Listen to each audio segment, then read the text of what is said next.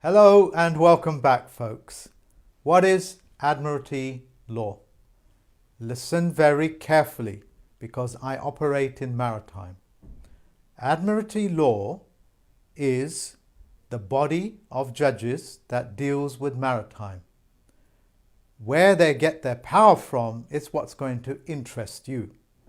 It's the Navy. It means she who controls the Navy. The Navy is there to safeguard, as you by now know, the contracts that move from one point to another. That's why the Navy was responsible for shipping mail. So when there is a breach of contract in maritime, the judiciary that governs that part of law take over. And they use the force of the Navy to enforce their findings. Now, because I'm a federal postal court judge in maritime, I have all of that under my belt, as it were. So I'm not in the judiciary of Admiralty. I'm in the judiciary of the federal postal courts, which sits above the Admiralty as well. Why? Because honorable men and women that are interested in safeguarding contracts, safeguarding human beings, safeguarding vessels, need to give power to the Navy to do exactly that, to safeguard those vessels. Here's another twist that you have to, and I mean you have to understand this. You are a vessel. You are a ship. You are a vessel in faith. You are a vessel as a titan, which means contract. You are a vessel in everything that you do. If you are drunk and you get prosecuted for being drunk, you're actually being prosecuted for lack of control of a vessel while in the public waterways. That's it, folks. When you get drunk, you are incompetent to control your own vessel. You see where I'm going with this? So the Admiralty is essentially another word for the Navy. The Navy is another word for your naval. That's where the word comes from. And that's in maritime because you are created in water. Embryonic fluid, I think they call it. There you come through a birth canal, all of which you already know. But you got to understand the beauty of what the Navy is offering you. You got to understand that maritime law is what you need to be in, not corporate law, unless you've got a corporation, not statutes and legislations, which is nothing more than the conduct of secret societies or the behavior patterns of secret societies, which you know nothing about, by the way. That's why they give you statutes, legislations, and codes, and so on and so forth. And what does a code mean?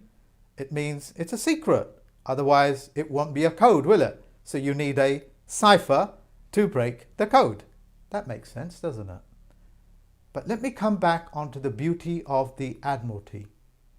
The Navy is openly telling you in passe, in words, that we are attached to your navel.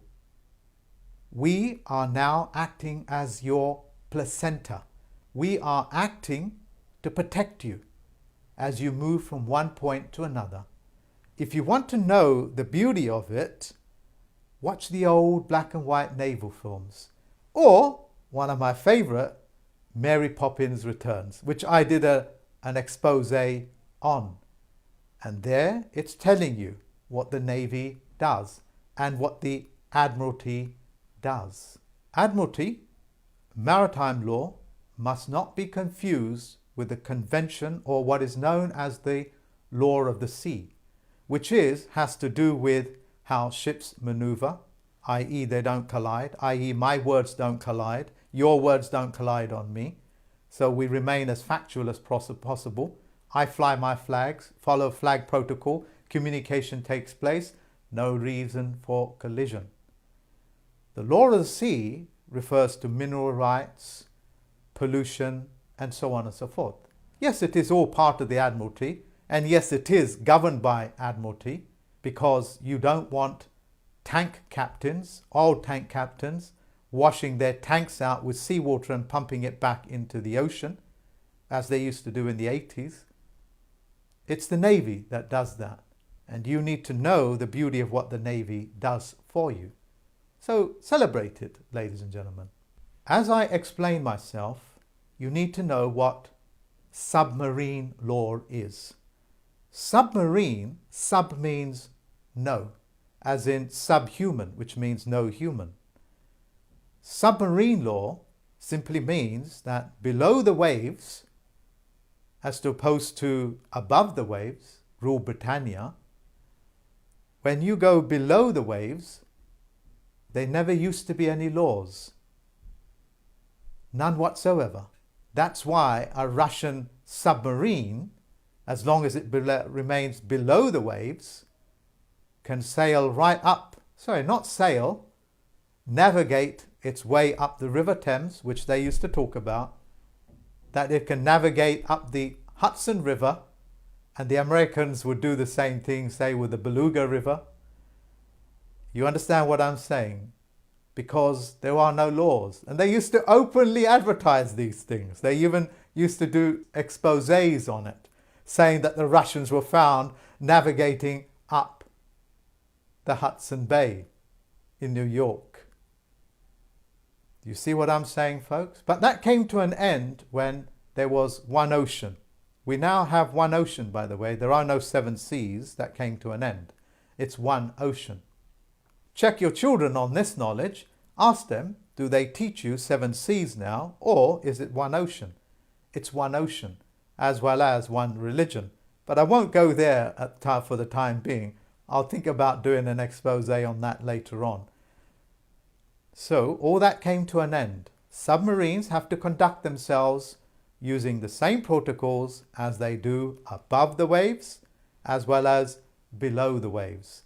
That's what the movie Aquaman was about, when the submarine was polluting, was acting in a dishonorable fashion. Maritime law, ladies and gentlemen, is what you need to navigate into. International law and all of these other things are created so you do not open the contracts for maritime law, like knowing how the bills of the ladings works on your letters. Bills of the lading is a marine or a maritime expression. So what is marine law? That's very simple. Marine law refers to the safeguarding of animals and plants and zooplankton that lives in the ocean. That's what they call marine law. It looks after those animals that can be at risk of human activity. People have to conduct themselves correctly. Nations are not free to pollute the oceans. I'm not going to let them. Certainly, if I'm a chief federal postal court judge and a plenipotentiary judge, what do I have to do? I can't sit in my armchair doing nothing. I have to stop and correct, educate, as well as get those people prosecuted, put liens on them. We are not about words and words alone. We do things. And these laws are there to protect you. The world is more safer knowing this type of information and without it. As the good book says, for my people perish for the lack of the knowledge. A little bit of passe there, but it holds true. Educate yourself on the basic principles. Do not allow yourself to be convoluted. Life is thousands of times more simplistic. Convolute it, and what you get is known as the colouring of the law. And you're not going to allow the colouring of maritime law, and I certainly won't. Thank you very much for listening to me, folks. If you like what I have said, subscribe. If you want to make some comments, make your comments. I know there are millions of people out there that know about maritime law. Millions of them. Help yourself, ladies and gentlemen. Thank you very much for listening to me. Bye-bye now.